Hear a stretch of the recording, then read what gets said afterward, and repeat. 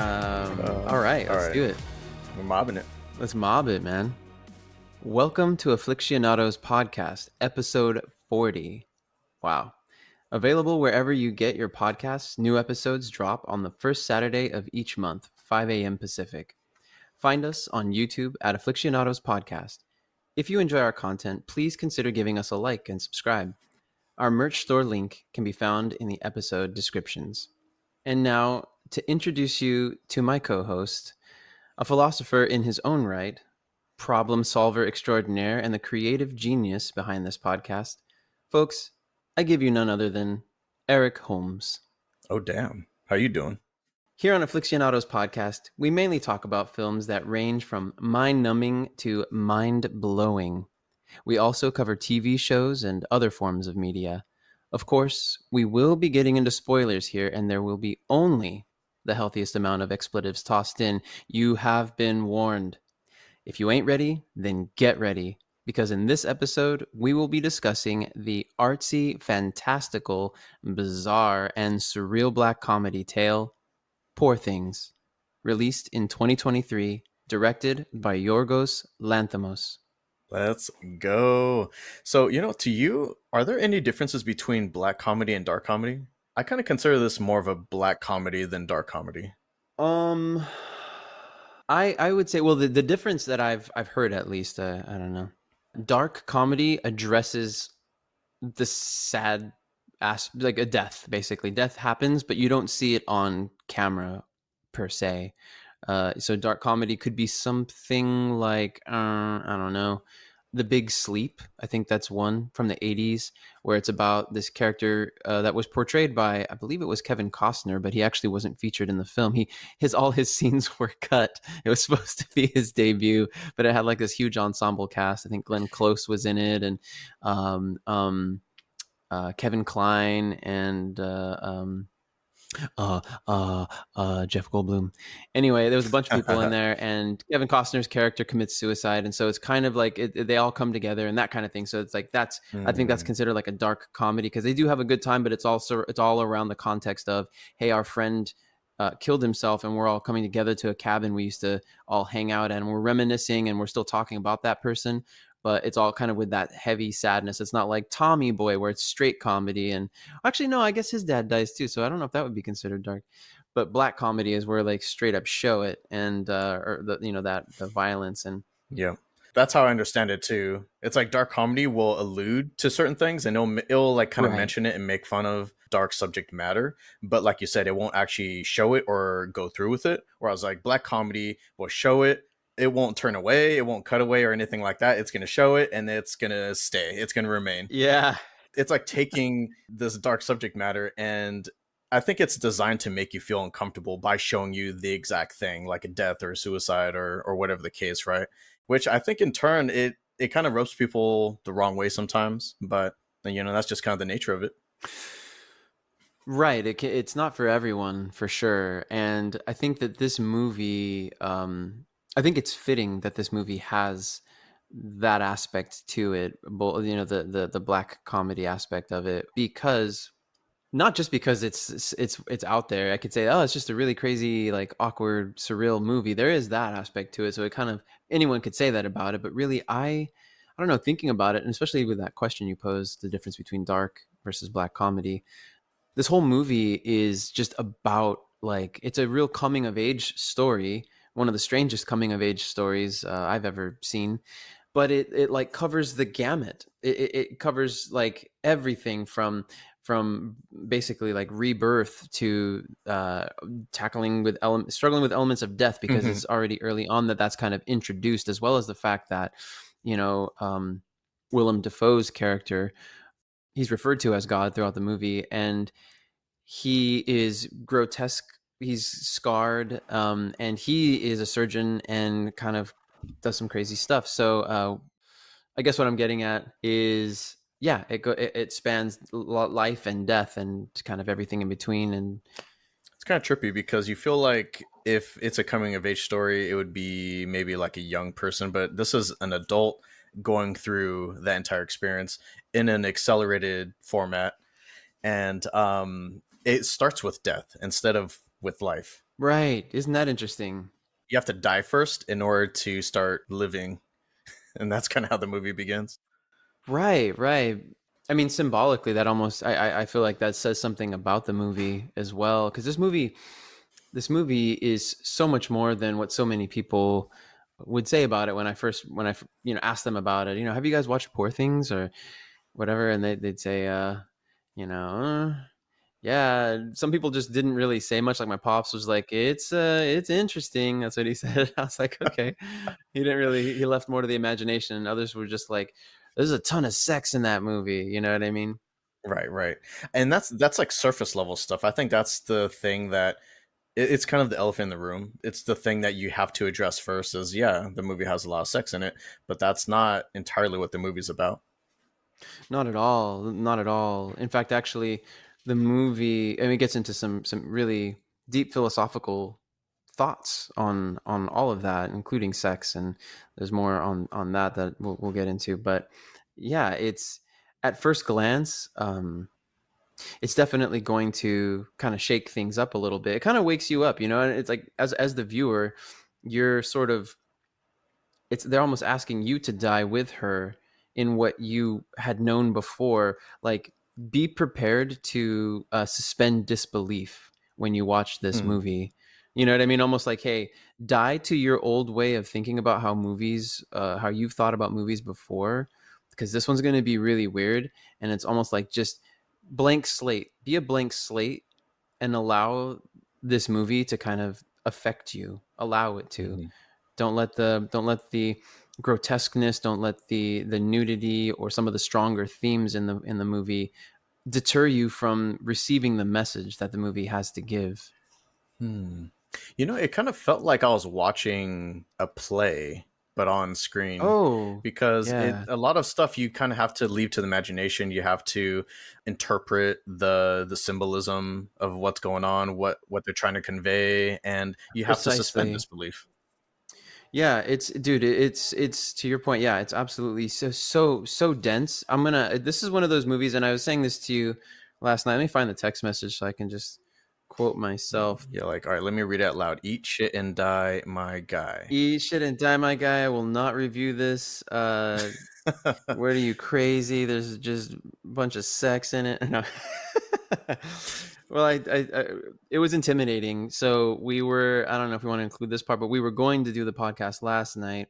We were going to record it, and I just in kind of going through the movie in my head and thinking about a lot of the things that I wanted to address, I started thinking, wow, um, I really have a poor understanding of how the movie was, or not a really poor one, but it's very, what's the word? It's kind of like infantile. I don't know infantile, but it's kind of like her when she's like a child. It was very, I don't know, I'd say simple, but um, I went in kind of with rose-colored glasses, thinking, yeah, I can address these things. We can talk about these things. We talked about other movies before, but this one is very, very Mm. controversial, and because it is, and because I wanted to do it justice, I was like, this is something we should hold off on for. I mean, I thought, let me rewatch it.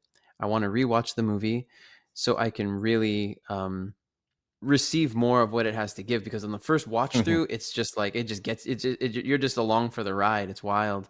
And It then the is, second yeah. watch through, you kind of already know what to expect is going to be coming, so you're not really surprised by anything. It's like, and I really think that for a movie, gosh, starting even with Tenet, like that one, when we first did that one, you got to be along for the ride. You can't always be analyzing it, you know what I mean? It's like, Yeah. let yourself be taken away. You don't have to impressing anybody. That's how I was with Bo's Afraid. I got to the point where I was getting so frustrated because I'm like, I'm still trying to figure out the first 10 minutes of the movie. I'm trying to figure out what the hell's going on. But then I got to a point where I'm like, you know what? I'm too focused on trying to understand and overanalyze everything, every little bit that's going on. I'm missing details, that come next. So I'm just gonna kick back. I'm gonna absorb whatever it is I can. I'm going to see how I feel about it after everything's said and done.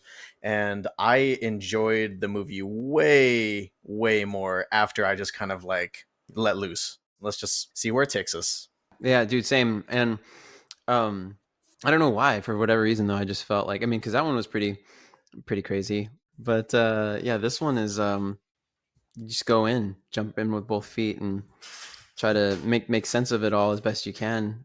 I know that you didn't, and you don't have to go into detail or anything, but I know you didn't have the most optimal first viewing experience. Mm-hmm, mm-hmm. Do you feel like you got more out of it the second time around?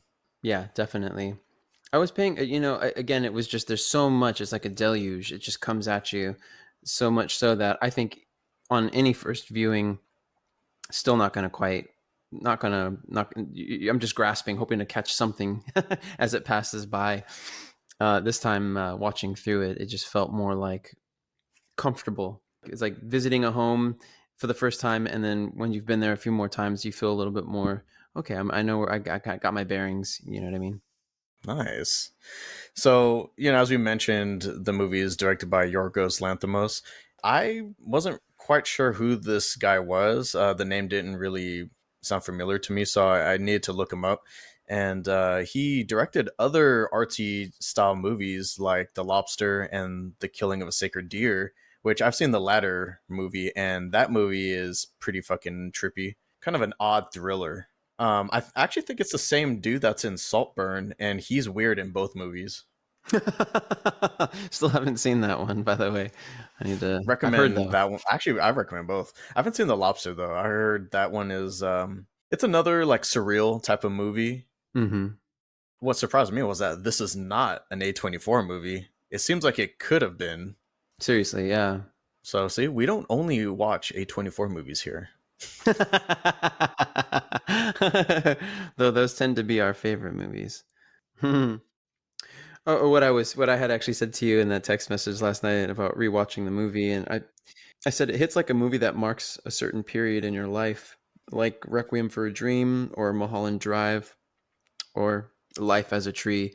It speaks of our culture and the kinds of questions we've pondered. That's how I felt. It's definitely one I want to rewatch every now and then. Yeah.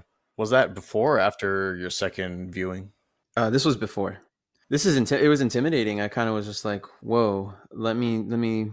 This movie deserves like deserves my all. Deserves a good analysis on my part, or at least just an entering into it. I'm not to come up with anything crazy. Just how did it feel? How does it feel to me? Before we get into the beginning of the movie, I just wanted to mention really quick that Poor Things is loosely based on the 1992 novel of the same name, written by Alistair Gray. And I heard that novel is just as weird as this movie. Good. That sounds awesome. So I don't know if you might be interested in checking that out at some point. Yeah, I think I will. I think I will. All right, so we start off in Victorian London, and we got medical student Max McCandles, played by Rami Youssef. And he becomes an assistant to the, as you said, eccentric surgeon, Dr. Godwin, or God, Baxter, played by none other than Willem Dafoe himself, who never shies away from a strange role. True. What was your introduction to Willem Dafoe? I think for me, it may have been Boondock Saints. That Hmm. was the movie, right, where he was the detective? Yes. No, of course. Yeah. That he's putting it all together. He's always a step behind, or at least for most of the movie, he's a step behind the Boondock Saints, and he's piecing together their whole the way that they killed these people, and it's just like this poetry in motion, and he's just like gushing over it as an investigator. Just this is beautiful. It's mayhem, and yeah, that's one of my favorite. That's one of my favorite performances of his for sure. I have to say that. Let me think.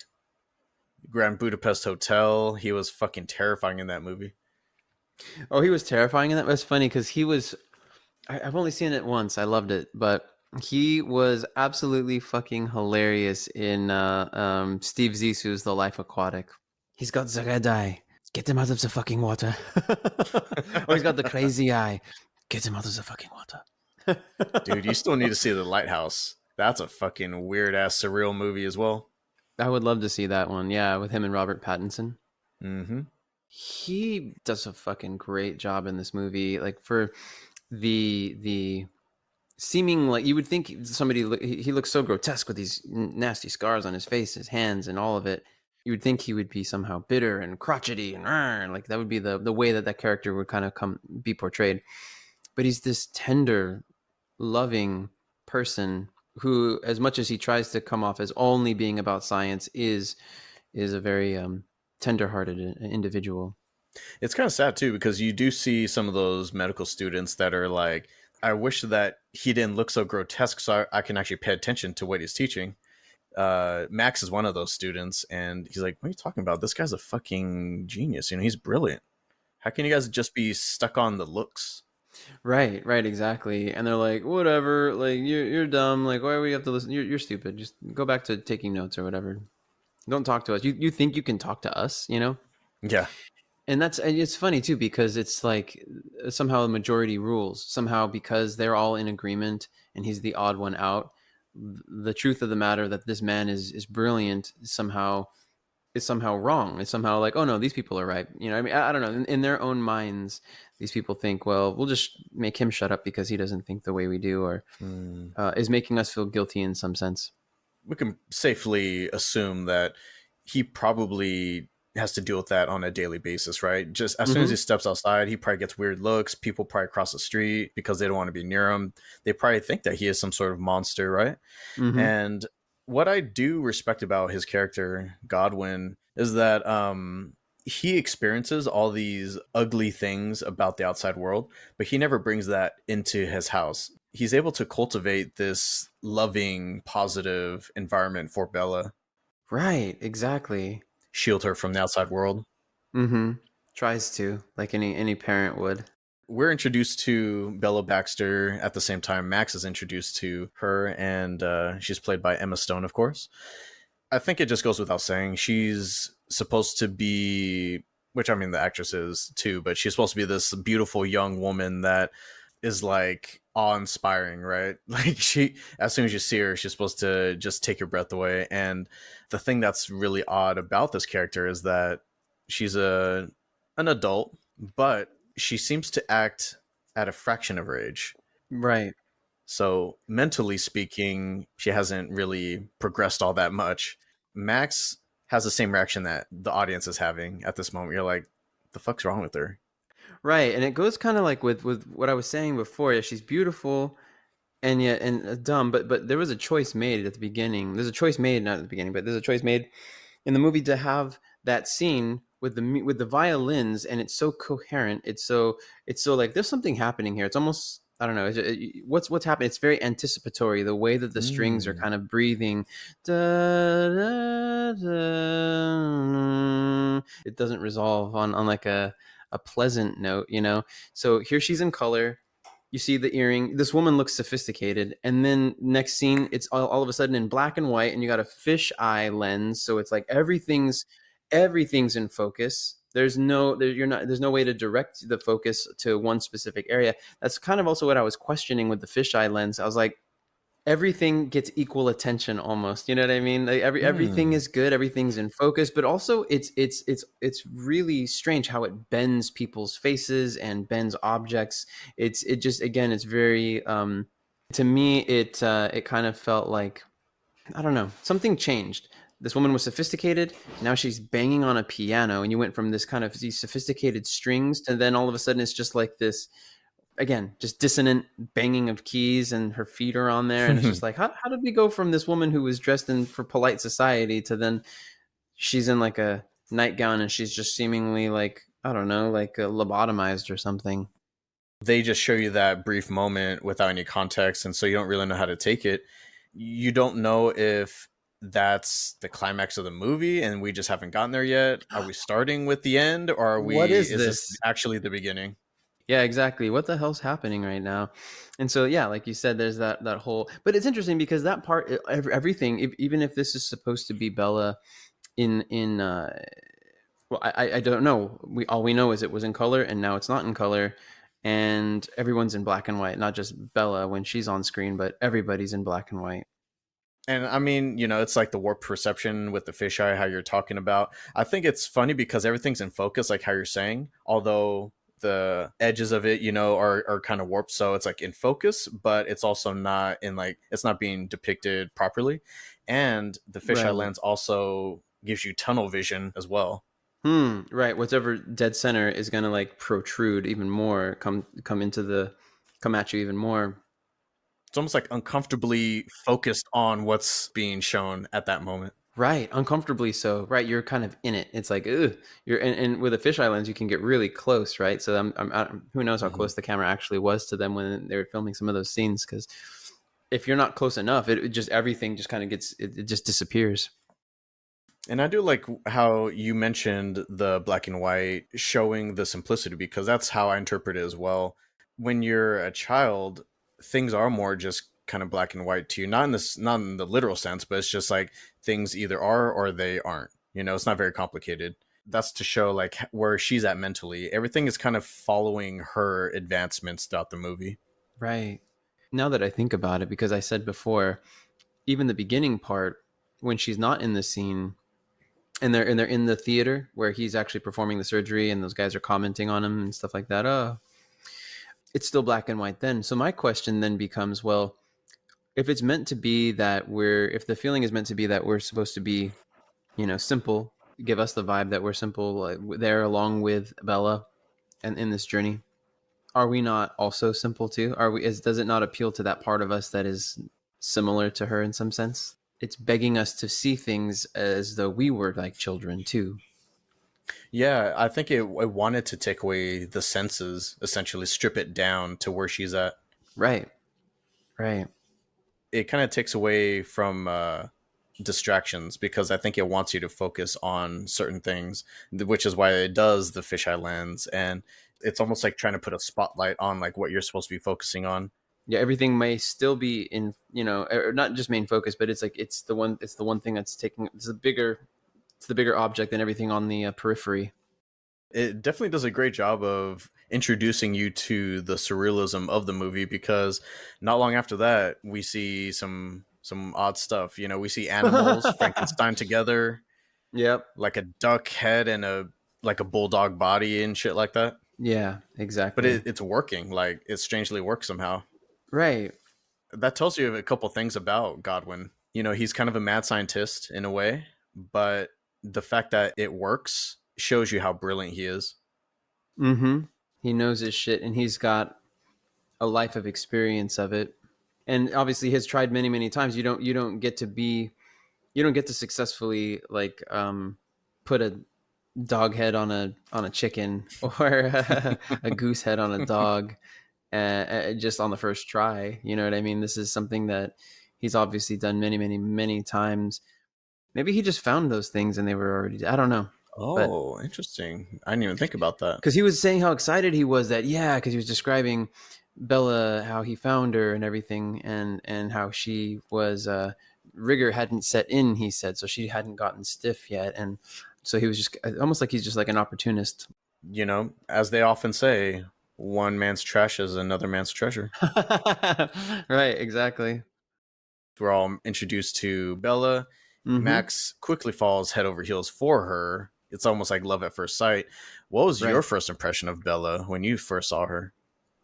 Beautiful, of course. I mean, my first impression was something I was looking for in the eyes, and I think there was just like there's a certain wonder that kind of grabbed me before she's even introduced. And when she's banging on the keys, there's something like the way she's doing it is exactly like you would see a child do.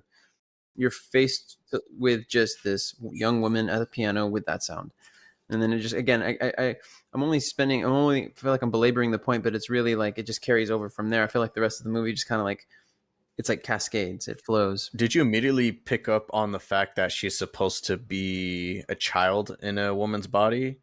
I don't know if I intuited that because I had heard, in addition to just how much sex is in this movie, which people seem to stress, there was something about her growing.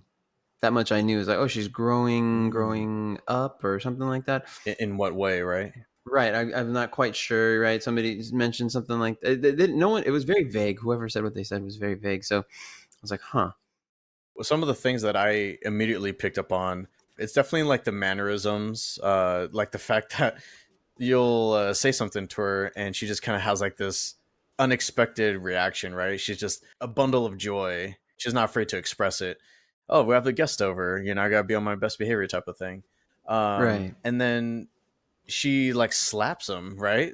Blood, Yeah, blood. She like it's like a jab. It's like a jab slap. She like smashes his nose like that quick, and it's like, palm strike. yeah, he's yeah, exactly. A palm strike to the nose there.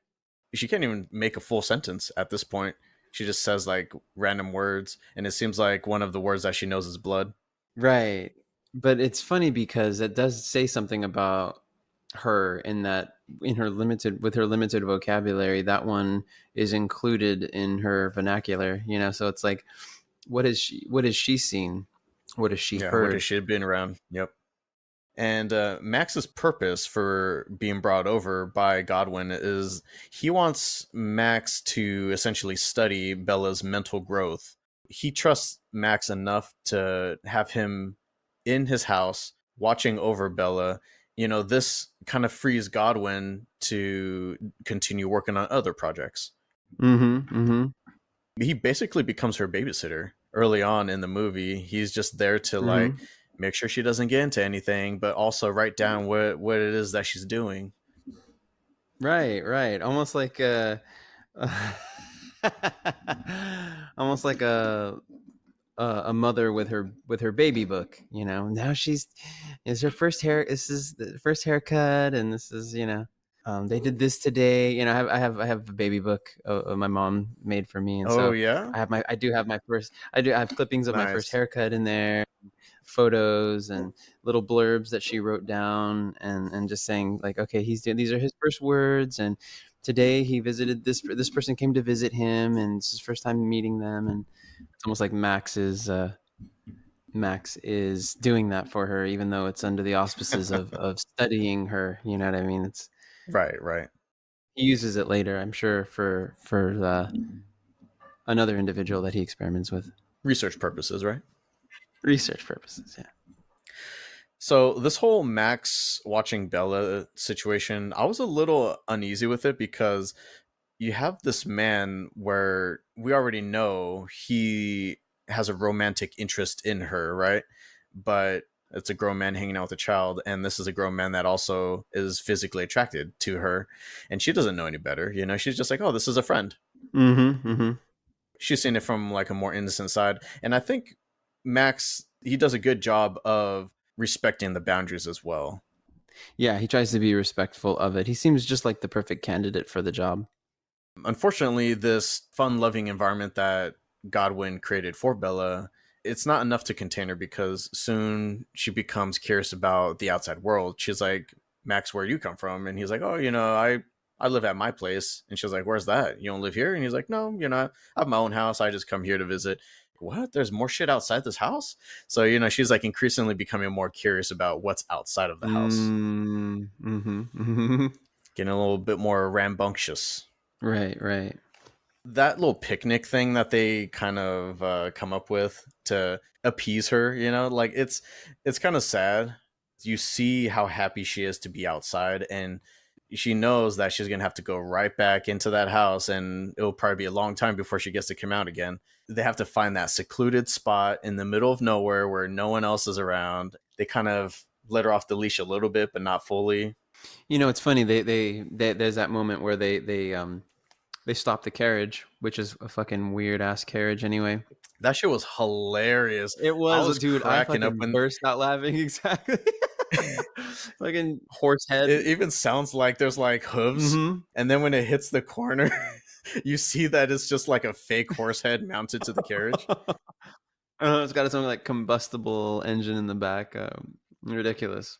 I loved it. It's so cool. He's been so careful. Godwin's been so careful with her, keeping her at home and all this, and trying to do what he thinks best for her. He kind of tries to pull her in, but he realizes she's resisting and she's her own person. So, they go from having this really cute moment where she's just experiencing being out in nature, and he's really just seeing like she's happy, and this is something for her to explore for herself. You can tell her all about it all you want, but any human being is going to want to satisfy their curiosities. You really get a sense of how much of a caged bird Bella is in this situation. Like she Yeah. yearns to be free, she just doesn't know it yet. Right, right. There's a lot for her still to know, and Godwin wants to protect her, but you can't protect her from everything, all aspects of the world. She says no. Like they're riding in the carriage on the way back, and she sees some kids outside, and she's asking him if she can go outside, and he says, "Oh, the kids, if they see me, they'll scream." No, we're not gonna go. She says like, no, no now or no never, and he goes, just no, Mm, and she just throws this massive tantrum, right. and then he hits her with the old chloroform there, but Old he's not trusty gonna be able to do that chloroform. every time she old trusty chloroform. Which, by the way, the movie's depicted a certain way, but I don't know. There was I don't know. I saw something recently, but they're like it burns your face actually. Oh, does it? If you get if it yeah, the chemical itself will burn your face. And she just gets put out, no burns. I'm like, okay. It's in this moment before a lot just. I mean, again, everything changes after this because then they get her back home and she's kind of she's coming to, and Max sees her bare breast as like she wasn't coming to quite yet, but she was in. They brought her to their bed. I think he laid her down, and her breast was exposed, and you see him kind of linger a little bit longer. His eyes linger a little longer on her breast, and then you see this sort of like I don't know, this inner turmoil he's having a little bit, and he leaves. But this is the first time she experiences an orgasm. It leads up to them having sitting down to breakfast or whatever meal of the day it is. It might be lunchtime, and that's when Godwin kind of has a proposal for him. Yeah, they do kind of introduce sex pretty early on into the movie, right? I think it's Max initially was attracted to her, but then he I think he developed this platonic friendship with her, and also kind of a babysitter role. But then when he saw her bare breast, it kind of brought him back, and he was like reminded that she's that beautiful woman still, and Mm-hmm. he's just like, oh shit. And so now he's like feeling conflicted in his feelings Mm-hmm. Mm-hmm. Also, where he gets into where did she come from, right? This is a little bit of the origin story. Like, where did you find her? So Godwin kind of just gives him the lowdown on where he found her. about how she tried to kill herself and I found her. Yeah, basically, he knows that she had jumped off of a bridge, and he'd found her. As we were saying before, rigor hadn't set in, and so he was like, "This is like the perfect specimen." Lo and behold, when he pulled her out of the water, he realizes that she was with child. So Mm. he just says it so matter of factly, but he's just like, yeah. So of course, the only thing I realized to do was to put the brain of the baby into the mom's head. It was coming from a good place because he was like, well, she's dead, but I needed to save the baby. The baby was still alive. Right. And this is where you kind of have to suspend disbelief because he straight up took like a fetus's brain and put it into an adult skull and it like fit perfectly. Right, exactly. It's like if this were possible, go with me. Let's go down this thought. Let's travel down this road. If it were possible to do such a thing, here it goes. And he straight up does some like Monster Frankenstein type thing where he zaps electricity into the brain to wake it up. Uh-huh. A very, very reminiscent scene of to Frankenstein, but also to that amazing film Metropolis, that black and white one.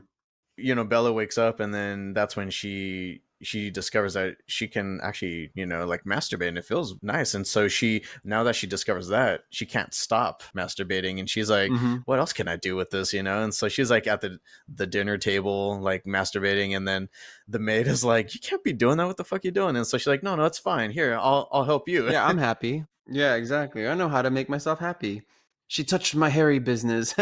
Dude, I was fucking cracking up when she said that because it like zooms. It's almost like who's the director of Zizu? Wes Anderson. Wes Anderson. It does like this like Wes Anderson's like zoom in on her face like she touched my hairy bits. Yeah, yeah, exactly. What the heck? Hilarious. Oh my gosh! And then of course Max walks in. I mean, he's the one who hears all this, and just earlier he had been basically saying he was going to marry her. Right? Godwin told him to. He thought he should take her hand in marriage, that he cares about her. He could tell. And then Max is like, "Of course, I know I have feelings for her. But yeah, okay, yeah, I'll take her hand in marriage, that kind of thing." And then all of a sudden, here she is masturbating. There's a big asterisk though with the marriage is that Max would have to live in the house with Right. Bella. Bella's not allowed to leave. Big caveat. But yeah, and then he walks in on her masturbating because she's just like masturbating incessantly. Yeah, yeah. Once she finds it, which is its own, like it's interesting. It's interesting to see the kind of feelings other people have when watching something like that, because it can make that. I mean, it can make you feel uncomfortable because something that's done behind closed doors. Number one. Have you seen those like instructional videos where it's just like, Billy, I saw what you're doing there.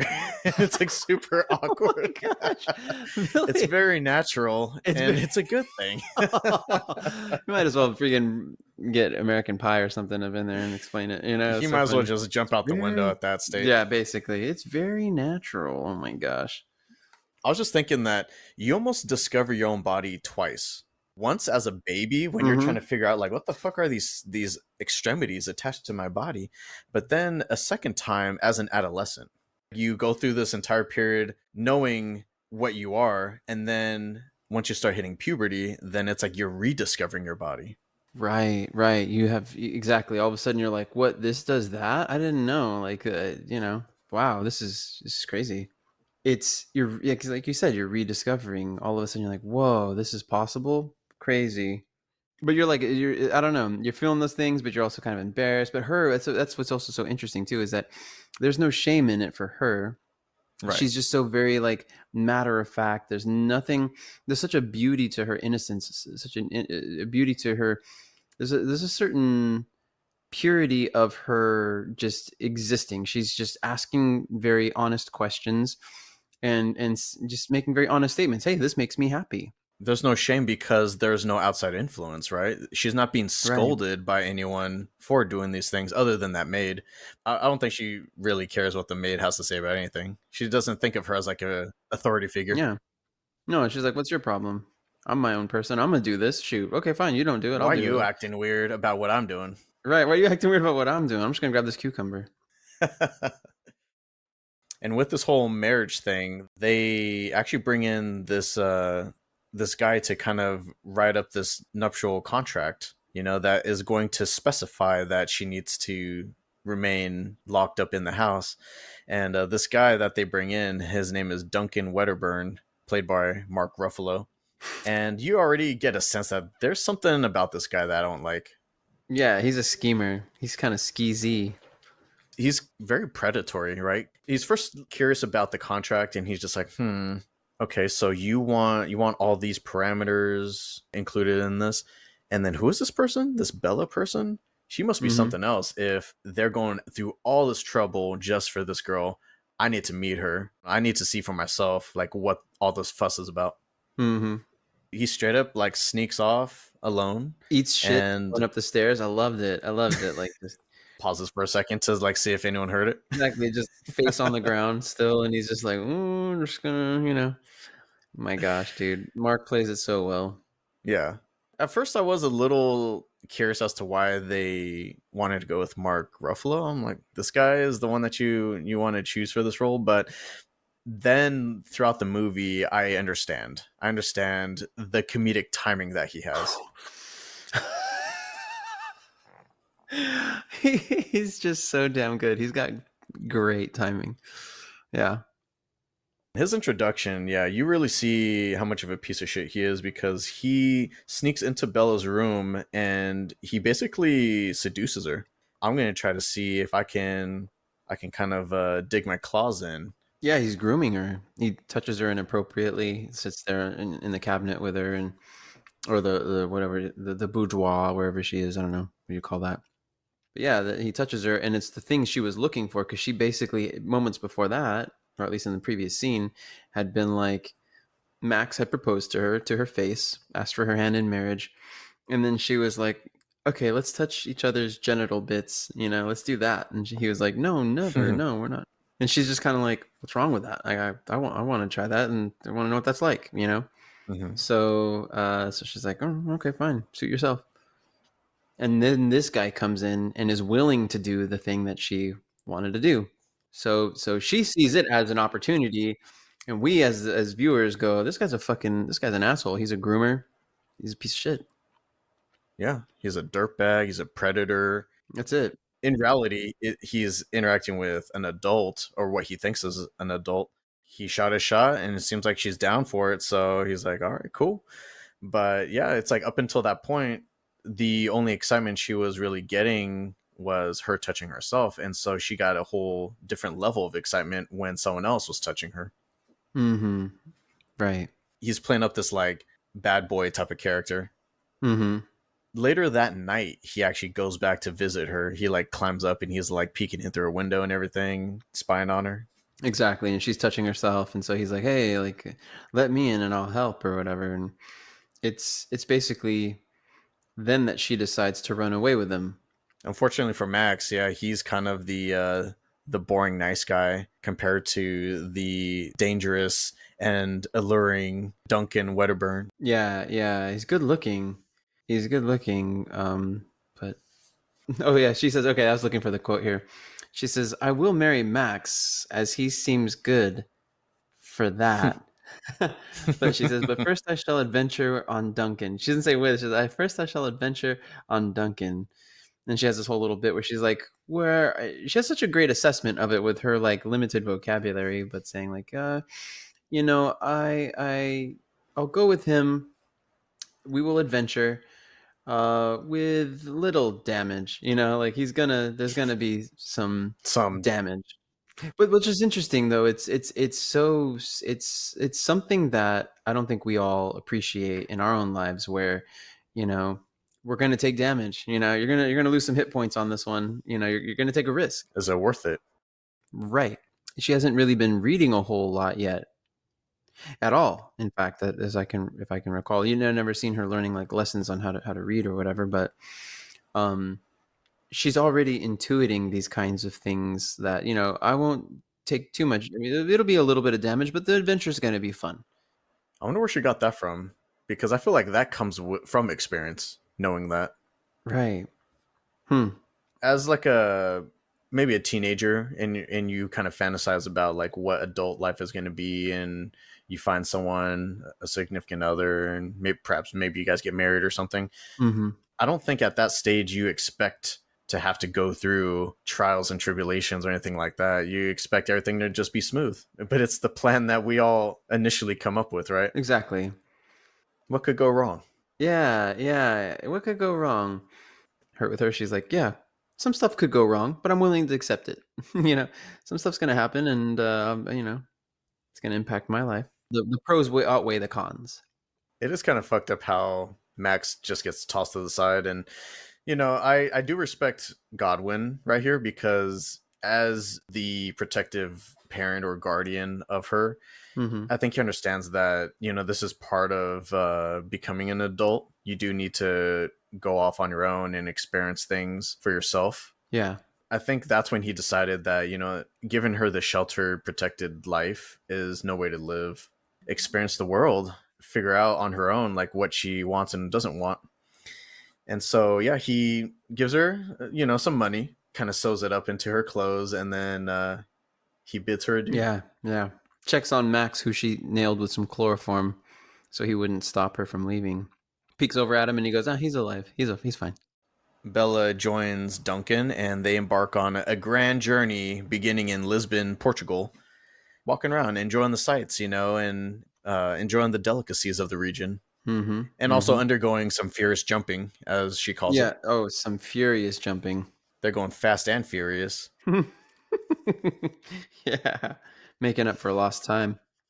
As the predator that Duncan is, like that's priority number one. Right. He wanted to have sex with her, so you imagine he wastes little time in Right. engaging in that. Mm-hmm. Mm-hmm. It's funny because you kind of feel bad for Bella right here because you think like she's getting taken advantage of and he's just kind of like using her and objectifying her. But you also start to see like little shifts in their dynamic after having sex a couple times.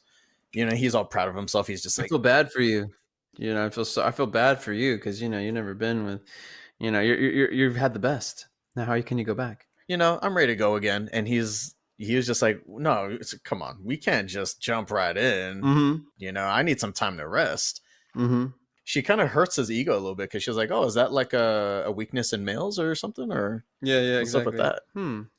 And he just kind of goes, I think it's just guys for seeming to be so experienced. Right. It was so subtle, but like that was kind of like the first kink in his armor. Mm-hmm. There's a lack of confidence in the glances he's giving her as he's saying as he's trying to sell her on his sexual prowess. He almost gets like a sense of accomplishment in trying to take advantage of people. Dude's a sociopath. Right. He's trying to. It's funny. He's like trying to, you know, socially engineer this thing, and he even says, I wrote this quote too. He says, "Don't fall in love with me. I have very little in the way of constancy," as though he's just going to be a philanderer. Yeah, he depicts himself as a womanizer. Mm-hmm. But the funny thing is, it's not even that long after that he starts to become more and more jealous of her. This ugly side is starting to bubble to the surface. Right. He even says, when he starts to really lose it, he says, "I've become the very thing I hate, a grasping lover." Hmm.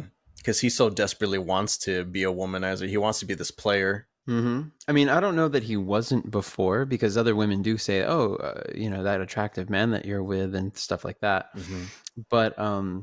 But he's just never met somebody like her, where they're always. I guess maybe he's only ever been with women who were impressed by him, and Bella doesn't seem to be really all that impressed. She's just like, "Oh, that's cool." She's not like, "Oh, you're dreamy. Like, I want to run away with you." To where he's like, "Oh, go away." Instead, she's like, "I could take you or leave you," and he's like, "Oh, well, please want me." No woman's ever not wanted me. That's really interesting.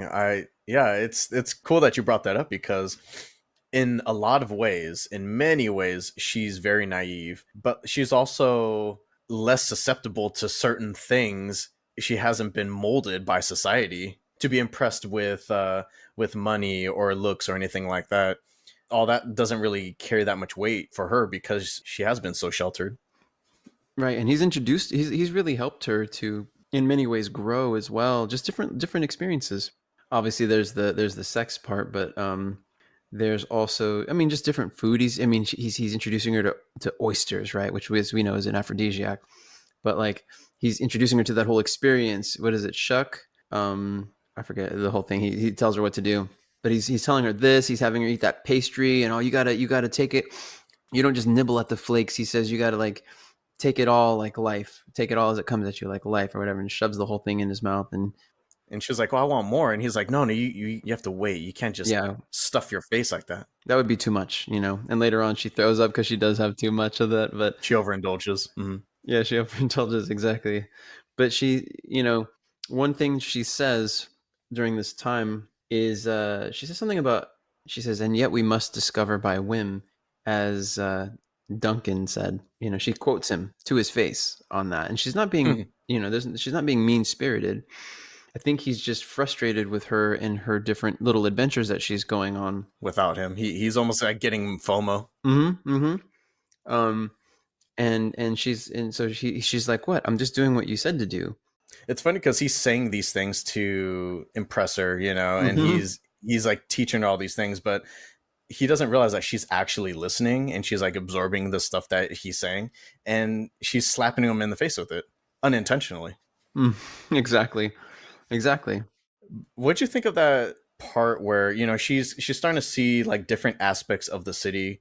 She's wandering off by herself, and she also sees like that area with the music, right? Like that woman singing. Oh, that was so beautiful. Oh my gosh. Yeah, so she was eating those pastries and then she hears this I don't know if you'd call her a gypsy, but she's playing like the Spanish guitar.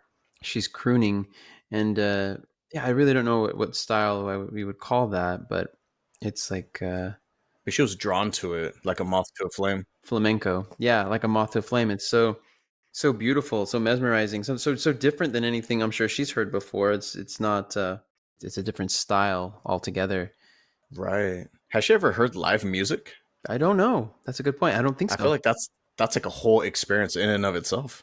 Yeah. And not long after she experiences that live music for the first time, she also experiences people arguing, like a couple arguing.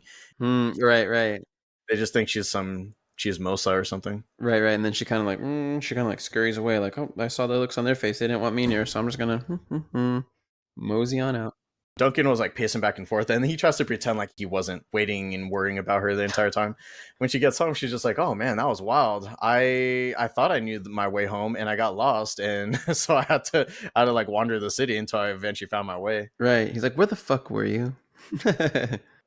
And I think he was expecting her to like back down and kind of like cower, but she doesn't show Mm-mm. any intimidation. Wanted some pastries, so I got up and got some pastries after the fierce jumping.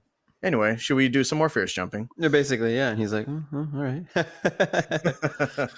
I'm game. Oh, let's not forget that some random person mistakes Bella as this person named Victoria Blessington. So I just want to mention that really quick.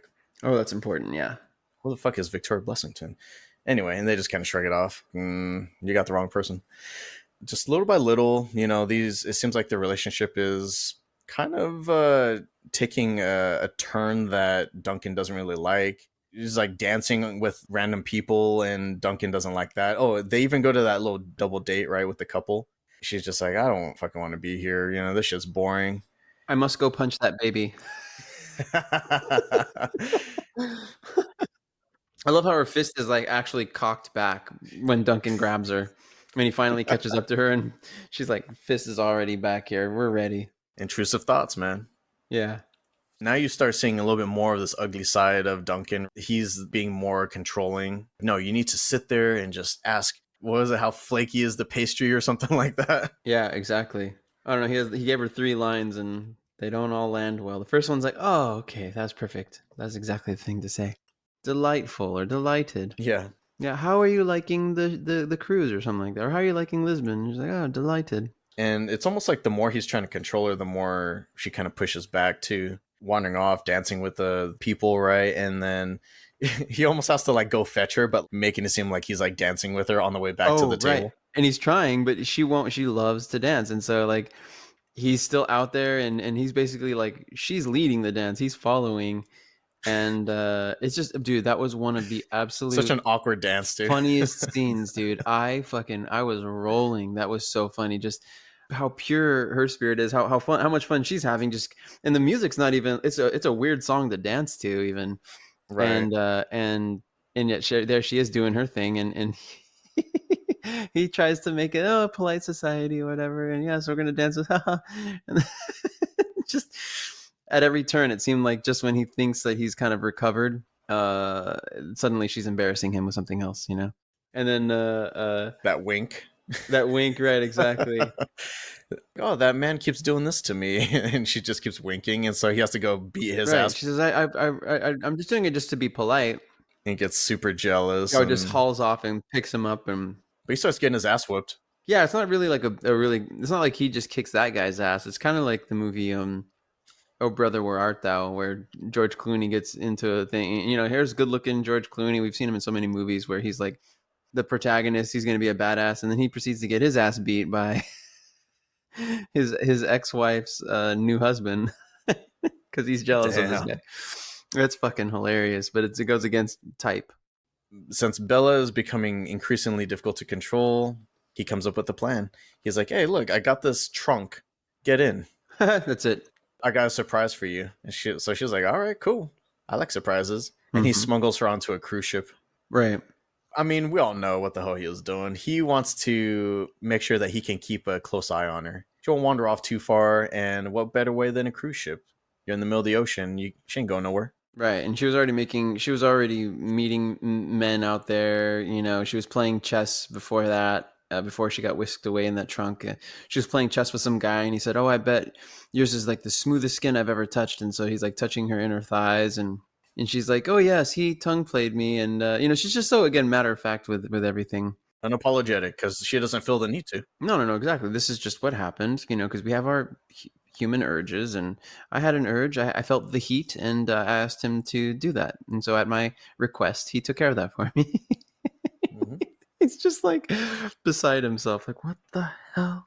He just storms out, and she's like, so is the tongue play not happening? Yeah. You too may tongue play me. Yeah, so is that not going to happen? Or And this is the part that you were really wanting to talk about, right? Is the events that happen on the cruise ship. Right, right. That's almost where like the some of those deeper messages that may have been alluded to before are starting to kind of come out. And if not so much that they were being alluded to before, then later on you can always kind of look back on this period of time for her where she's maturing even more intellectually, advancing even You know more. what I was thinking too was they show the telescopic view again here on the cruise ship, and I wonder if they use it to kind of convey what Bella is feeling, because the telescopic fisheye view, Mm. the warped perception of reality, Hmm. it kind of gives you this claustrophobic, trapped feeling. Hmm. You're right. You're like smashed into the thing. Like if you want to, you can't really pull away because there it is. It's just in your business. It's interesting that they decide to use it again right here. What part? What do you remember? What's happening?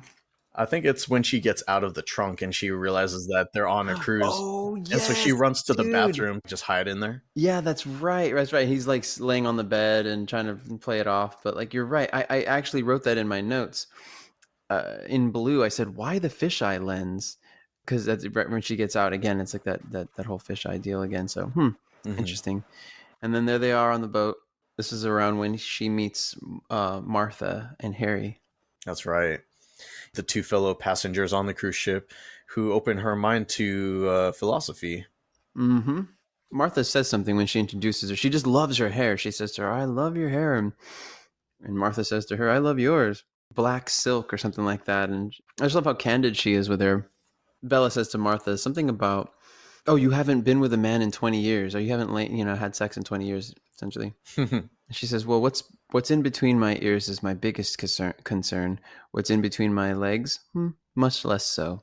Right. You begin to see towards the end of the movie, you really do. Something clicks. So right, Yeah. it's like it's something as much as Duncan's words live in her, so much so that she lives by them and quotes him.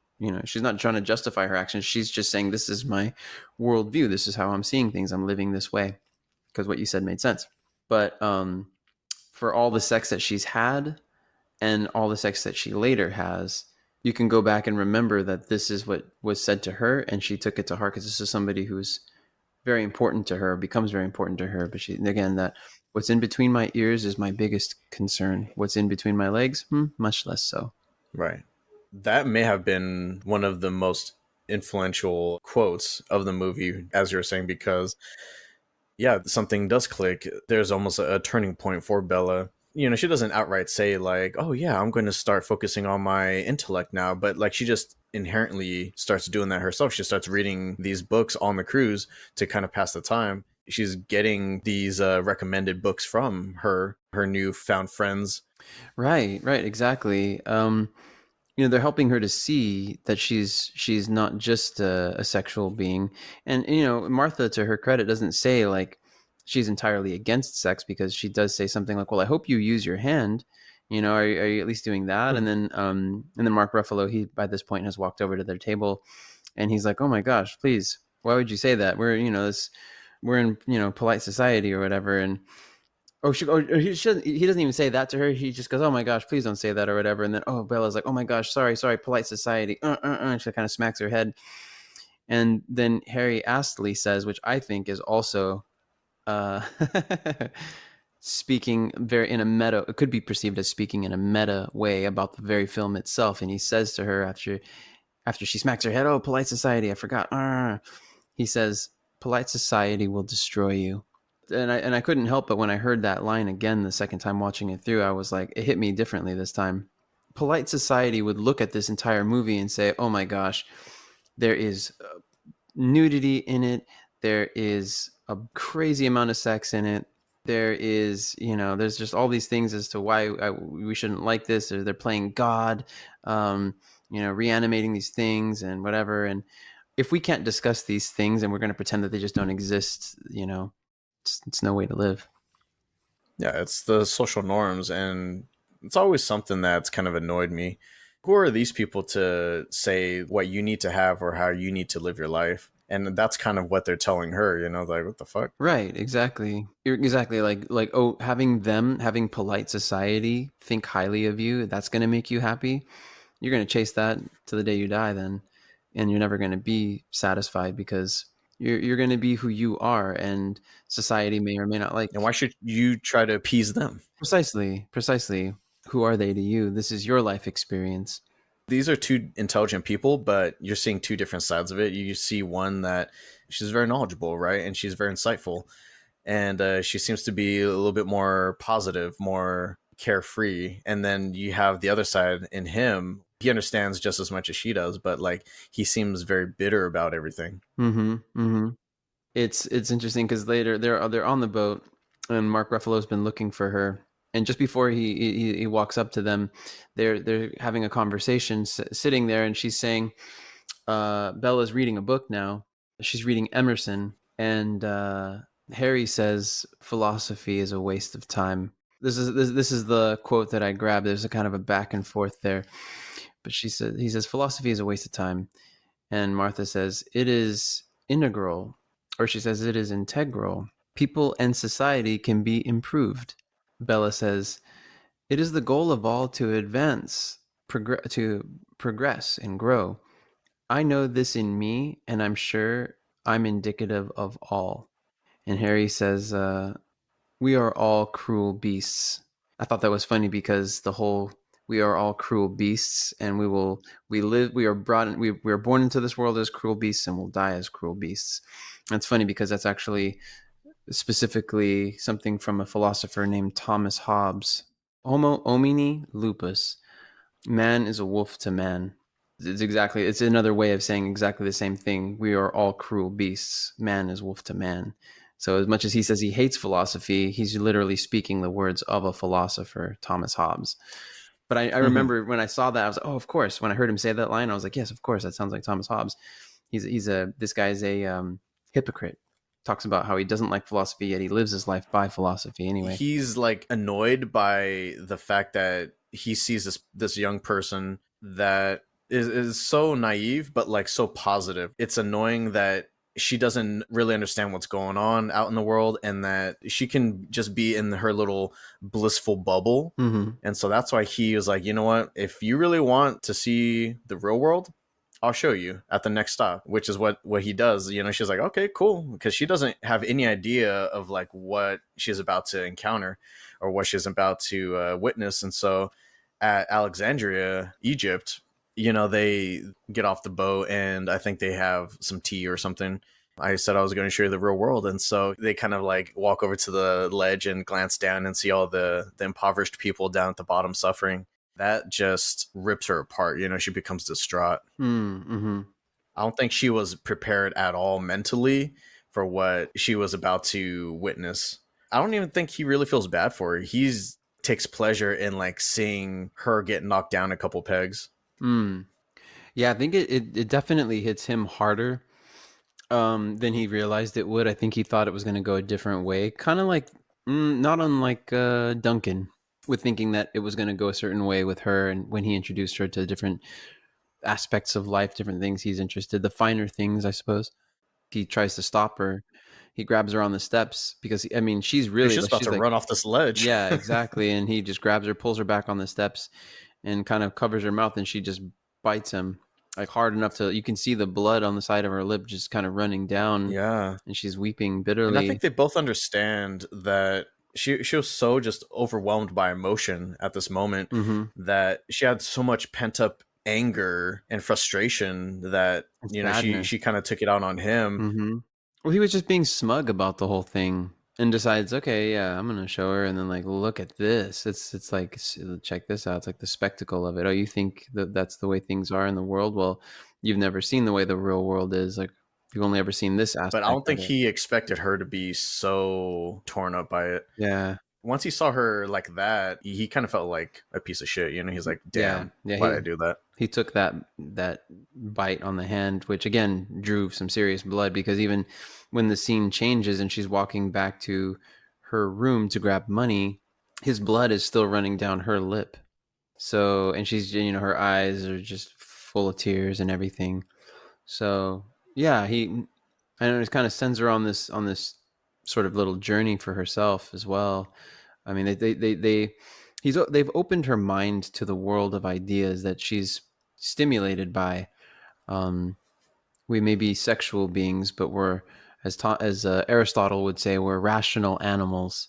We're not just animals. We're rational animals, and everybody's showing her some aspect of the world. All the people she's meeting are showing her different sides, their own worldview, as well as just things for herself to experience and discover on her own whim. You know, Yeah, this is like her own personal odyssey.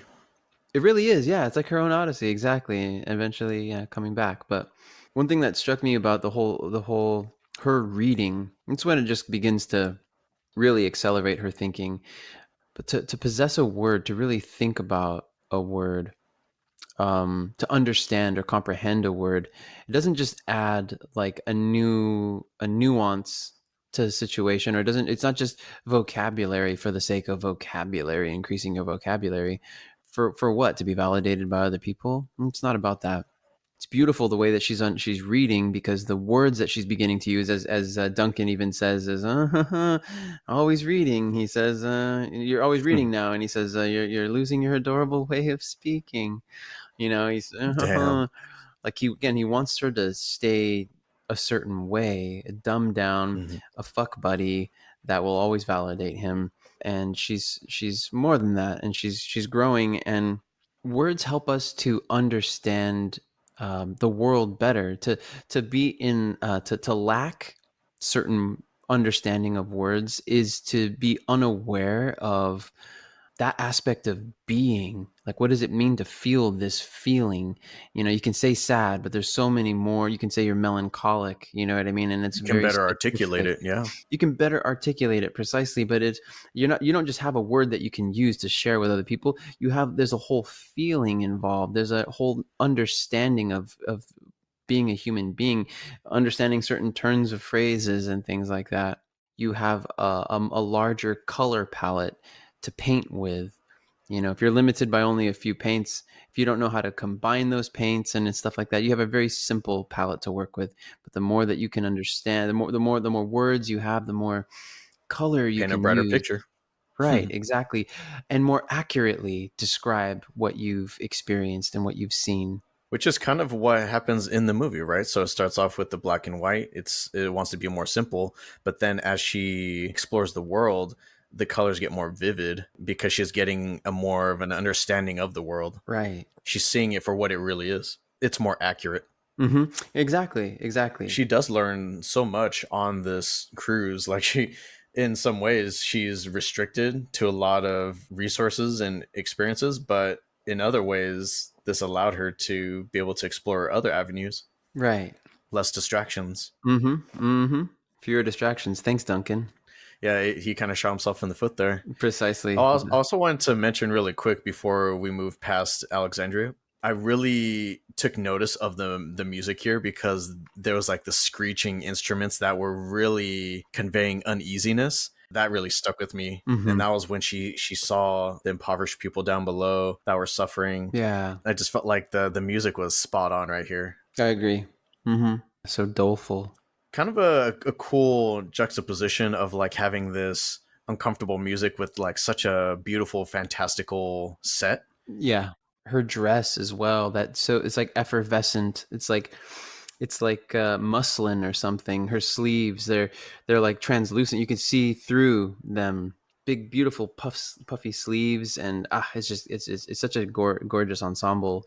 So this kind of have this white, pure, flowy dress that she has on, nice and light, and in that warm weather and everything, and then to have that against this with this music and the red, like that desert orange, just kind of, I don't know, set beautiful, all of It's it. pretty powerful. Yeah, So after she gets back to the room, she's just kind of having an existential crisis. yeah. She attempts to help the suffering people by entrusting all of Duncan's gambling winnings to a couple of random crew members. She's entrusting them to make sure that it gets to the right people. Sure thing, we'll get it to the right people. Just hand it on over. And they never see it again. They never see it again, and it's so funny. It's just all immediately after that, all of a sudden the ship's captain shows up and tells them that they said, "Whoa, we understand that you can't pay. We understand that you can't pay to stay on here anymore, so we're gonna have to." Well, you know why that happens is because Duncan, he reports it to the staff that he's just like, oh, I've been robbed. When Bella gets back to the room and she admits that she was the one that gave it away, he takes his anger out on that crew member. So he's just like, get the fuck out of here, before I fuck you up. Oh. And so that guy was like, oh, you really? That's how you want to come at me? All right. And so he goes and gets the captain. And he's like, yeah, these people ain't got any money. If you guys can't pay for the rest of the cruise, the rest of our course, then we're just dropped off at the next stop. Mm-hmm. And the thing is, he's like trying to be all like big and tough, literally like just gives him like one to the stomach and he peels over and that was it. He was down for the count. Mm-hmm. Once all that money's gone, who is he now? He's no one. Right. And he's not even a tough guy. He can't even fight. He tries to be all big and bad, but he can't back it up. Mm-mm. So now they get, where do they get dropped off? Marseille or Paris? Paris. Well, I think they get dropped off in Marseille, and then they eventually work their way up to. They end up in Paris somehow. Maybe they just figure like, hey, we'll have better luck if we go to the big city. Mm-hmm. Currently, they're in Paris, broke and stranded, being at rock bottom. Bella is hopeful, and she thinks of their situation as almost like an adventure, while Duncan has all but completely given up on life. He's like, we're ruined. Yeah, he's so crestfallen. It's just it's great. It cracks me up. What have I done for you to come in and ruin my life like this?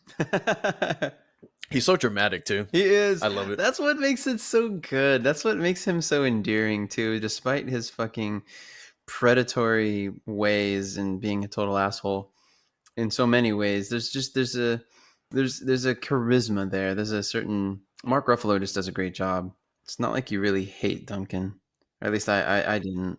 I like it because, and this is, I kind of attribute this to good storytelling, is that I like when they can take a piece of shit character and genuinely make you feel sympathetic for him. Mm-hmm.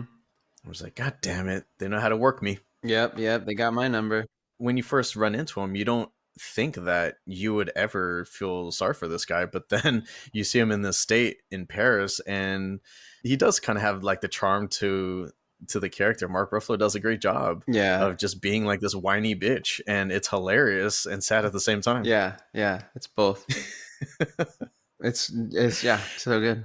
Seeking money, Bella discovers a brothel and begins working there. She's just like, cool, people will legit pay for sex? Shit, I'm down. Yeah, makes me happy. Makes a quick buck. It's funny too because it's like she makes a quick buck. Although, like, man, that guy was fucking disgusting looking. Yeah, he was. That was gnar. He was creepy. Yeah, he's creepy for sure. Was that the moment that Easton walked out? Yeah, I think that was it. Yeah, she was creeped out too. Oh, he was not. He was just like, not with this guy. But what's funny too is when she comes back and they're eating these eclairs that she bought with that money. Right. Hilarious. She's explaining how she's like, I had to, what'd she say? Like he came so quick or something like that. And she's like, I had to stifle my laughter. I had to stifle a laugh. Right. And then on my way, she says, and then on my way, I was walking to go get, she says, as I was walking, I was laughing on the way to get these pastries. And so it's just like, she just couldn't get over it. Just this, she's and so it endeared me to you even more, and which I was starting to wear a little bit thin on me because of your just the way that he was being like a total like sad sack. You know what I mean? And at this point, she'd never had sex with anybody else but him, and she's like, it just makes me realize like you're not half bad. Like yeah, exactly. She was so eager to tell him. She like brought him the eclair, and she's like, man, I have the story to tell you. She was so excited to tell him that I had sex with this dude, and he was so fucking terrible that it made the sex that we've had that much better, And she thought that was going to be a compliment.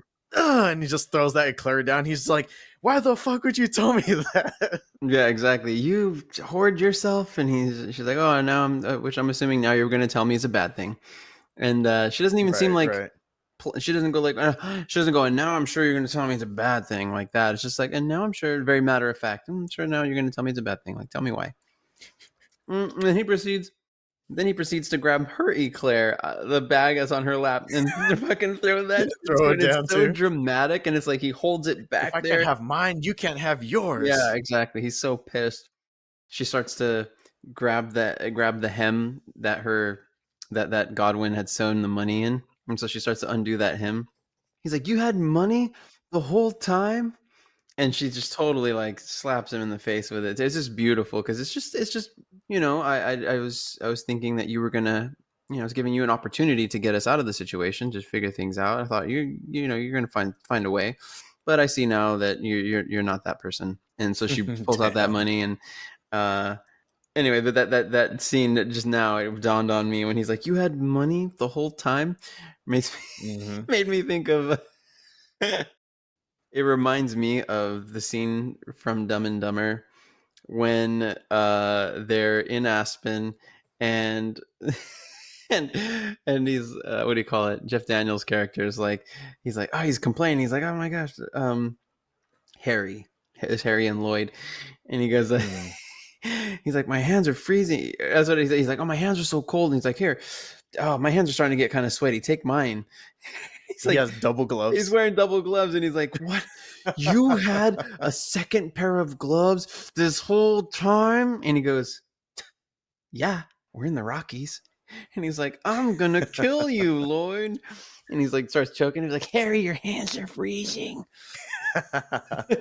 But he's like, you had money the whole time. And she's like, well, yeah, I did. But I thought I thought I was gonna give you a chance to be the man and get us out of the situation. And Yeah. But see, that's like her revealing that she had money so late in the fact that they've been kind of like suffering out in the freezing cold. But the fact that she also insults his masculinity, like she basically like knocks him down a couple more pegs on top of the fact that he's already feeling really bad about himself, mm-hmm. deflates his ego even more. Yeah, exactly. But She, again, unintentionally. yeah, She's just saying this so matter well, of it's fact. just so funny because, like, man, talk about like the worst day for this guy. He finds out she's just had sex with some rando in Paris and Hmm. shit, and then like oh, what the fuck? Is that you? Did you see that? I thought you did that. Dude, what the heck? Oh man, this is the operating system. This is one of the latest updates. I just did a thumbs up. Oh, so that's like a Mac thing? Yeah, it's a Mac thing. Yeah, exactly. I was like, oh, are we getting hacked? Yeah, exactly. I gotta go. But yeah, no, it's just, dude. Again, she sleeps with somebody else. If that doesn't hurt your masculinity, I don't know what will. Your girl sleeping with somebody else. But not only that, it's not even that she does it for money, for love. She does it for money. She does it because he can't Hmm. seem to make up the money. And then on top of that, she then pulls out the money that she had in there because he couldn't come up with the money, and then he just is like, "Fuck it." You kind of get the sense that she didn't make that much, but the first thing she wanted to do was, hey, let's get some fucking pastries going here. I feel like after the 20 seconds of sex, I could go for an Yeah, eclair right worked up a now. sweat on that one. She's still thinking of Duncan too, because she was like, here, I got you an eclair. Right, exactly. That scene like just endeared me so much to Mark Ruffalo for sure because I laughed hard. I laughed hard at several scenes he was in because it's just his like sheer disbelief. And to go from, I think what makes it even funnier is how he portrayed himself to her Right. and to Godwin as being like this affluent seeming person as well as a man of society and all of this and then next thing you know he's Well just cultured and traveled and everything. exactly. So then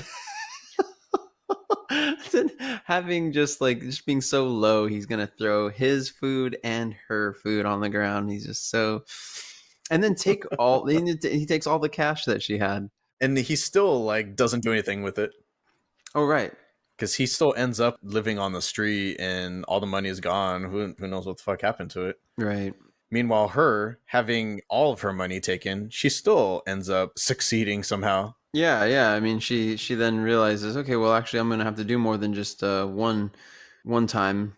So she gets her she and she starts working as a prostitute, and she seems to be quite popular. I think the woman says it's because she looks so young or something like that. Well, she's beautiful, of course, but like also looks young. Who was that? Madam, not Swiney, right?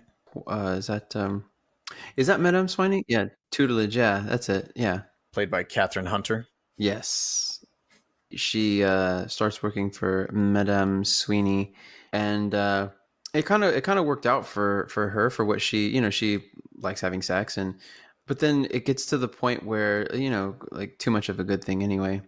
You juxtapose what she says in at this point with what she had said before, which is when she had had sex with Duncan. This is about the time when she goes. This is when she says, "Can we? I'm okay. I'm ready." And he's like, "Oh, whoa, whoa! I can't just like do that again." Right. She said to him before that part, she says something like, "Why don't people do this all day?" So you go from her Mm-hmm. thinking that way to now here she's had much more She's doing it experience. all day. She is doing it all day. She's been educated. She's been, from her friends and just been introduced to her mind has been opened, not just her world, but her mind, and therefore, in some sense, like a whole new world for her. So much so that she even opens up the idea of being with a woman because she ends up developing a relationship with fellow prostitute Toinette, right? Played by Susie Bemba. Right, exactly. Yeah, so she's kind of more open, more fluid with her sexuality. But even then, like I remember her saying she says something like she's numb. She says that she feels numb after all of it. And so to go from being thinking of it as why don't people do this all day to then well she's been doing it all day and she's just like I just feel numb. I don't feel great. I don't feel that happiness that she had been feeling before when she would have sex. It was Right, like right. I feel numb.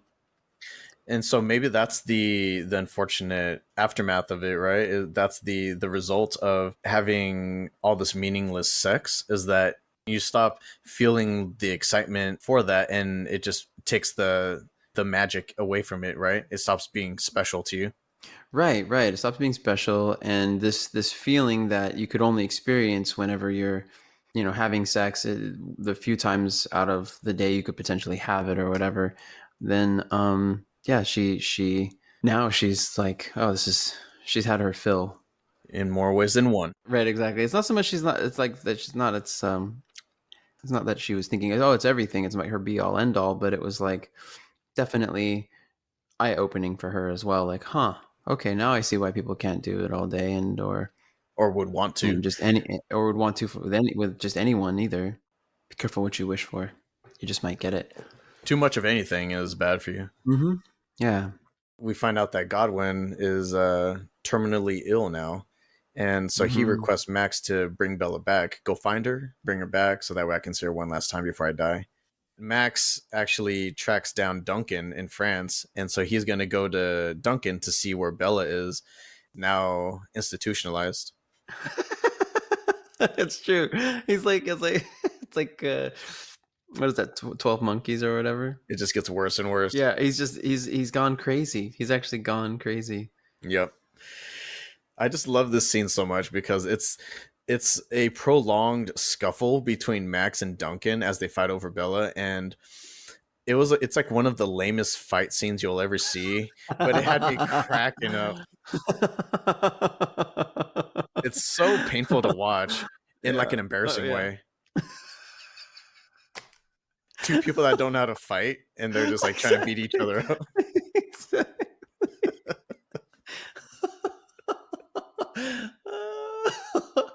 Oh my gosh. Fucking A, man. That movie's so good. For so many reasons. So good. Max ends up finding Bella, brings her back to London after telling her, hey, Godwin's dying. So, of course, she's going to head Mm-hmm. back. And yeah, she reconciles with Godwin. She renews her plans to go through with the marriage with Max after having told him about her adventures. Every painful detail. But you know Uh-huh. what, though? Max, he takes it differently than Duncan because Duncan completely just broke down. But Max accepts her for who she is, You're right. including being a prostitute. She's like, you do realize that I've had many penises in me. You're fine with that, right? I was a whore for money. Yeah, yeah. Take me as I am. There's something so admirable about that too.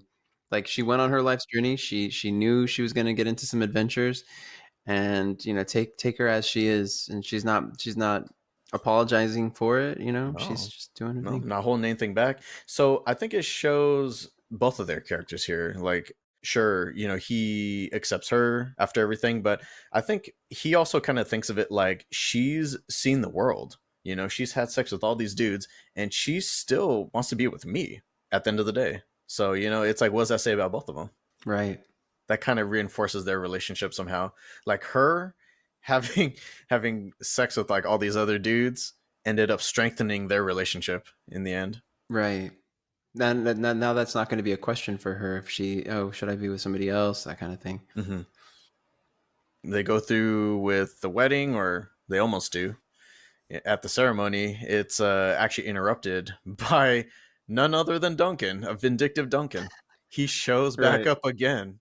So what kind of bullshit did he do? He actually dug up who this Victoria Blessington person was, found out that she was married to this General Alfie Blessington, played by Christopher Abbott. Duncan drags him along to the ceremony and throws a whole wrench in the plan.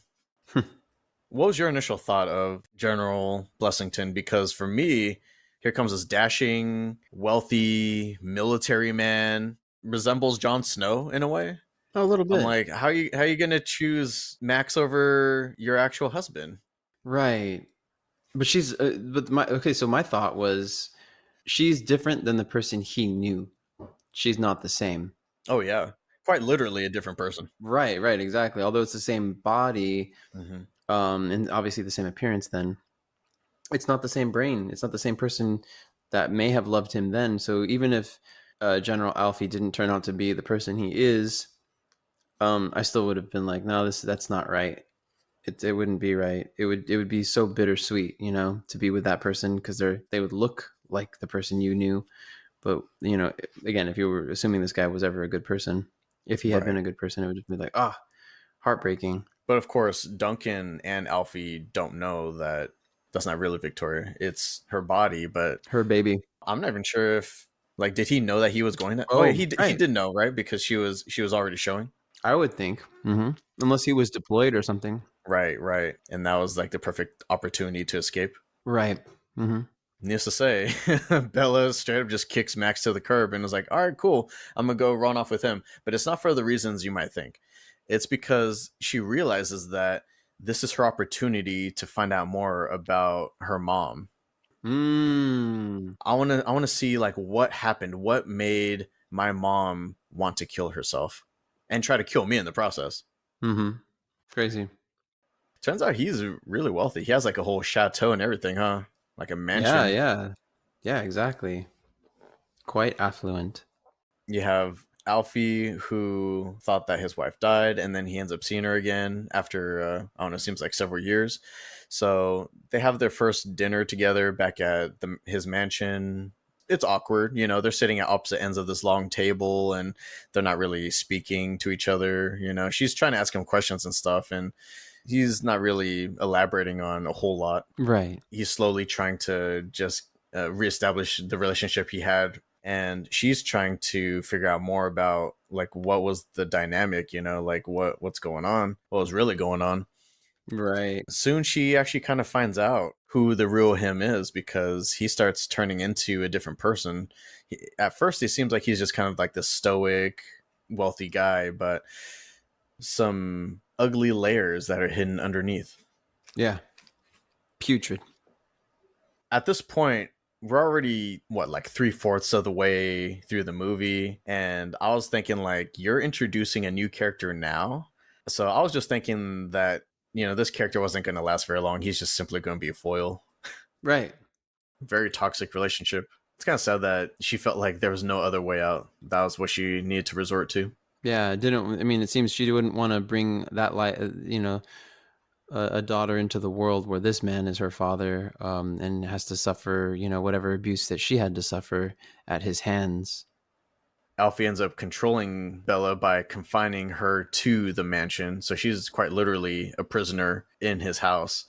She kind of thought of her upbringing living in that house with Godwin as almost like a prison. And so she ends up leaving one prison to end up in another. Right. But this one's much worse. A lot less of a loving environment here, you know? Exactly. Yeah.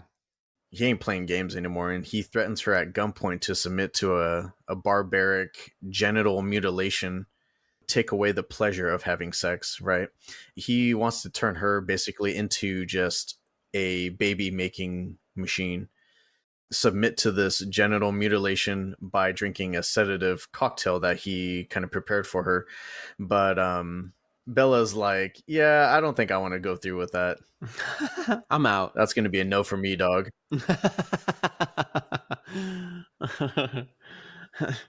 Does Alfie have any redeeming qualities about him?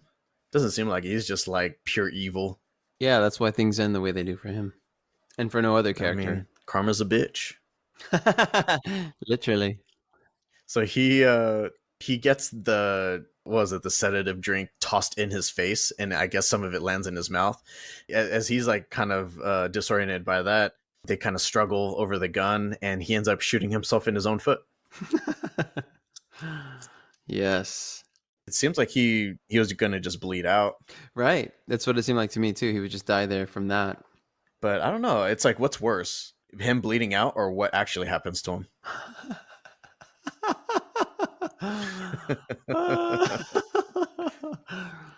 Oh man. As Bella successfully makes it out of that prison alive, Godwin dies peacefully with Bella and Max at his side. And, Bella's kind of decided she wants to follow in Godwin's footsteps by becoming a surgeon herself, a brilliant surgeon. And with the full support of Max and Toinette, which is, that's kind of like a happy ending because she's like reunited with the people that she loves the most. Mm-hmm. She successfully transplants a goat's brain into Alfie's head. Exactly. So they kind of keep him as a pet, his human body as a pet, which is, it's a morbid ending It to a is. strange story of Bella Baxter. If Bella Baxter, exactly. Yeah, strange fiend. That's it. And that is a wrap on Poor Things. If you Boom. made it to the end of our podcast, you narrowly escaped genital mutilation. just narrowly, just by the thinnest thread. Just a little nick. You'll be fine. Oh my gosh. I feel like this is probably going to be pretty in depth as well, but what are your final thoughts or closing comments about this movie? Um, beautiful cinematography, Very much so. breathtaking at times. From the black and white scenes are so beautifully lit, and the sets that they choose, both for the black and white scenes and for color. Easton had looked it up actually before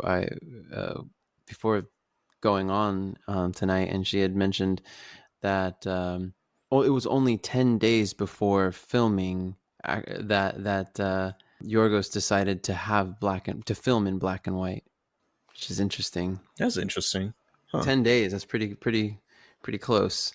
But yeah, so again, just this beautiful cinematography to the music and just everybody that acted in it just did a phenomenal job. Gosh, so yeah, I highly recommend if you are an Emma Stone fan and if you're someone who would enjoy a strange journey, something like you've never seen before. This movie is actually, in so many ways, it's got a lot of heart to it. Definitely. My immediate feelings after watching the movie, I loved it. I thought it was a fantastic film. Mm-hmm. Same. The whimsical, disturbing, quirky, surreal nature of the movie, it was just a blast to watch. It was a hell of an experience. Same. Like you said, Emma Stone as the lead actress, phenomenal. One of the best of our Some of generation. her best work. Yeah. Out of all the movies I've seen, like, this is some of her best work. It was very unique, but it's not unique in a way that it just wanted to be different. It was unique because that was the vision. There was a solid vision with the story by Yorgos Lanthimos, and I enjoyed the end result. I agree. I think he, from beginning to end, it was captivating. A great story. Emma Stone, she won like Best Actress awards for both the Academy Awards and Golden Globes. The film itself also won Best Motion Picture for a musical or comedy at the Golden Globes. Wow, that's awesome. Dude, the fucking set design, man. I loved the set and all this because it's so fantastical. With the surreal nature of it, I feel like they can have more fun with it, right? They can take more liberties. Mm-hmm. Absolutely. But I mean, that house, I want to know where that house is. That thing was badass. The facade. I Right. mean, I don't know if it was a set or if it was a real property, but it looked fucking sick, dude. I love those curved Did lines. you And notice in the end credits they kind of showcase the different set designs? that's right. That was interesting. It's just kind of like jumping between like close-ups of different patterns and colors and everything. I thought it was Yeah. beautiful. Yeah. It's been a long time. I don't even remember the last movie I saw that had that didn't do the black screen with the running credits, but instead this one used stills for each of the credits for all the credits, and then had the names on the border of the Oh yeah, that was frame, so cool. that you got to It both was see a unique. cool, yeah, exactly. That cool graphic design of having the name on the outside with some letters being smaller than others, and I mean, just like one portion of their first name's kind of small all caps, and then their last name's in larger all caps, and then and then their first name's in larger and smaller, and it kind of does this variation of that, but it takes nothing from the center of the screen. So, there's no distracting things going on there. It's all kind of in this harmony. Right. It was just like a nice way to top off an already beautiful movie. Yeah. It was a cool way to show real life experiences in a woman's life, like being a child and having so much planned and expected of you, even before you could even decide anything for yourself. Bro, women go through so much. Yeah. You got puberty hitting and not being able to acknowledge or explore sex. Like that's a taboo subject, right? You got to watch out for predators coming in to groom and control you in a vulnerable and impressionable state. Yeah, absolutely. I was just trying to think of like recall like other things. Oh, also being attracted to the exciting bad boy rather than the boring nice guy, Right. and even having the quintessential bi-curious phase. Yeah, they really actually do cover it all. Yeah, that's so interesting though. I don't know, all of it. How much you're able to, as the viewer, enter into that experience and see what that's like and feel defensive for her in those situations, with those predators. She didn't actually succumb to it though. It seemed like she was being manipulated, and then just organically she ended up getting the last laugh anyway. Well, and because she knew all along. I mean, she got the first and the last laugh. The first one was basically saying, I'm going to take some damage, but I'll be all right. It'll be good. It'll be worth the adventure. Like, she didn't say I'm going to stick with this guy forever, because she already said, I'll marry Max because he seems like the person to do that with.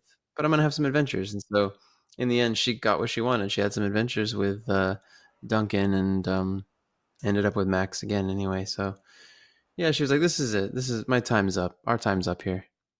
Interesting to see the three very distinct types of male personalities in the movie, right? Because you do have the passive, maybe too kind Mm-hmm. All right, exactly. Nice guy. nature in Max. Yeah.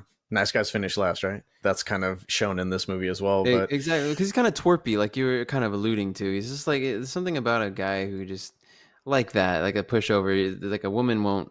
You kind of think, oh, a woman's not going to respect him for being so much of a, like a pushover. I don't mhm. know. Right, right. Not that he has to have this machismo pride kind of thing, but also like if he can't just, if he's always placating her, then it's like you're not even being a genuine person. I think he's a genuine person. I think he really does genuinely care. That's it. It's not like, yeah, he doesn't. Opposite end of the spectrum with the overconfident, adventurous, and manipulative guy with a very fragile ego in Duncan, Mm-hmm. self-destructive ego. Right. And then we got Alfie towards the end of the movie, who's like the stoic, He might objectively be the most attractive one out of the bunch, but also at the same time, he's kind of intimidating, controlling, abusive, bit of a psychopath. So you kind of Mm-hmm. have to weigh the pros and cons of each one. Right, right. But with all that said, man, great movie. It did Yeah. not disappoint. I was already very curious about the movie, having seen the trailer, and Emma Stone. I already knew she was going to knock it out of the park. I just didn't know how the story was going to be. Right. Believe it or not, some movies can be a little too artsy for me sometimes, but this one's not one of them. What's one? I'm curious. What's one movie that's too artsy for you that you're like, you know what? I'm good on this one. I'm pretty sure I've seen some where I'm just like, I don't know if I'm feeling this. Maybe Mother. You weren't feeling Mother. I was gonna do that, or I should say, this movie reminded me of that movie just a little bit. That movie was interesting. Like certain things were weird. I don't even remember offhand what. I think there's that whole. I mean, come on, just the whole thing at the toward the very end when it's just like they're. I don't want to get into it because we do get into spoilers, but I didn't warn somebody about that one. So anyway, You can tell it goes through a lot of different ideas in rapid succession, and that's why it seems so erratic, because it's just like flowing right into the next. It doesn't even give you time to even dwell and think on what's actually happening right now. I think that was my first and only Aronofsky film so far. I never saw Black Swan, so I really didn't know what to expect with an Aronofsky film. So I'm like, is this how his films normally I are? really like Black Swan. That is a cool, disturbing psychological thriller. Oh, interesting. I have no idea what to think of it. I know Natalie Portman's in it. I know what's Yasmin Bleeth, I think, is in that one too. So, blessings to It's her. like, she's not in the movie, but shout out to Yasmin Bleeth. Yeah, exactly. That's what I was like. That's basically what I was saying. That's hilarious. Oh my What god. are you actually watching lately, film or TV? Dang. What has it been? Let me think about it. What have you been watching? In the span of our last recording, man, I've seen quite a few things in different areas too. So I saw Civil War in theaters, and Okay, right. we were discussing that one for a bit. I wasn't really feeling it. I think I was expecting a little bit more story. Like I wanted to at least get a better understanding of like what was going on. It didn't even really need to begin with like how things escalated that way, but I would have liked a little bit more substance to the story. It all it is it's basically just a vertical slice in the Civil War. It just plops you right towards the end, and it's like here's how it's ending. It's not gonna give you any resolution after that. So yeah, it was fine. On the way home, and I was telling you this, like on the drive home, I was actually, because I saw it at TCL, so I was driving back from Yeah. LA. I could totally make this into a trilogy, and so I was like explaining it to Brenda, and she probably hated the idea, but she was just like, "Oh yeah, yeah, that's cool. Yeah, that's such an interesting story." She was probably bullshitting. I saw a documentary on Netflix about Waco, Texas. You know that whole Oh, dude, incident, that's right? fucking weird, dude. That's so weird because American Apocalypse. I've been wanting to watch that. There have been several times where we almost started that one. We got into watching some of these cults, and so yeah, Waco was one that I wanted to. There's so much that happened then that I don't know about that I want to understand. And then what else? I saw on Vudu. I ended up watching Mrs. Doubtfire because I just felt like watching it. That movie is fucking awesome. Laugh out loud, hilarious. Man, Robin Williams was fantastic. I gotta see it again. It's been so long. And I got two more. So on Paramount Plus, I guess this is technically on Showtime through Paramount Plus. I know that's kind of confusing. I saw Men, Damn it! That's what I. and I, Damn it! I told you about that one. I could see it on that. If you have Paramount Plus, it has Showtime kind of included in that package. You can watch Men. I think that might be too artsy for me now. To think about it, that movie is it's something else. Oh, I gotta see that movie, dude. It's not what I expected it to be. Oh, I'm confused. Like I like this. And then most recently, I saw The Fall Guy in theaters with Ryan Gosling. Yeah, how was that? It was okay. It was, I don't know. I just felt like the story kind of turned a stuntman almost into like a superhero, which you could kind of visualize them as being superheroes, like modern day superheroes, because they're doing these things that are like dangerous for everyone else, and somehow they're able to survive these things. But instead of it being like a good movie, like objectively a good movie, I would say it's more accurately a love letter to stuntmen in the film industry. Oh, cool. It puts a lot of these ridiculous stunts in the movie just so that way I think they could hire more stunt guys to like play in the movie, you know, have a role. A movie about a stuntman and it's for stunt guys. It wants to shine a light on like the kind of shit that they go through, the trials and tribulations that they go through, how dangerous their jobs are, and it's all for our entertainment. So in that respect, I like it, but in terms of the story is not that great. Okay. Yeah. And that's all I saw. We started watching Money Heist. She's calling me out for not liking. It's not his favorite. Not your favorite, huh? It wasn't. Yeah, it wasn't my favorite. It's not that I dislike it. It was just like, oh my gosh, dude. I actually haven't been watching too many shows lately. I've just been like, I got a couple of books that I was really that I've really been just like hammering through. So yeah. All right. All right. All right. Our show is available wherever you get your podcasts. Please consider giving us a like, thumbs up, and don't forget to subscribe. New episodes drop on the first Saturday of each month, 5 a.m. Pacific. Thank you again for listening and joining Michael and I. This has been Aflixionados Podcast, episode 40, Poor Things, and we'll see you all next time. Latris on the Menjay.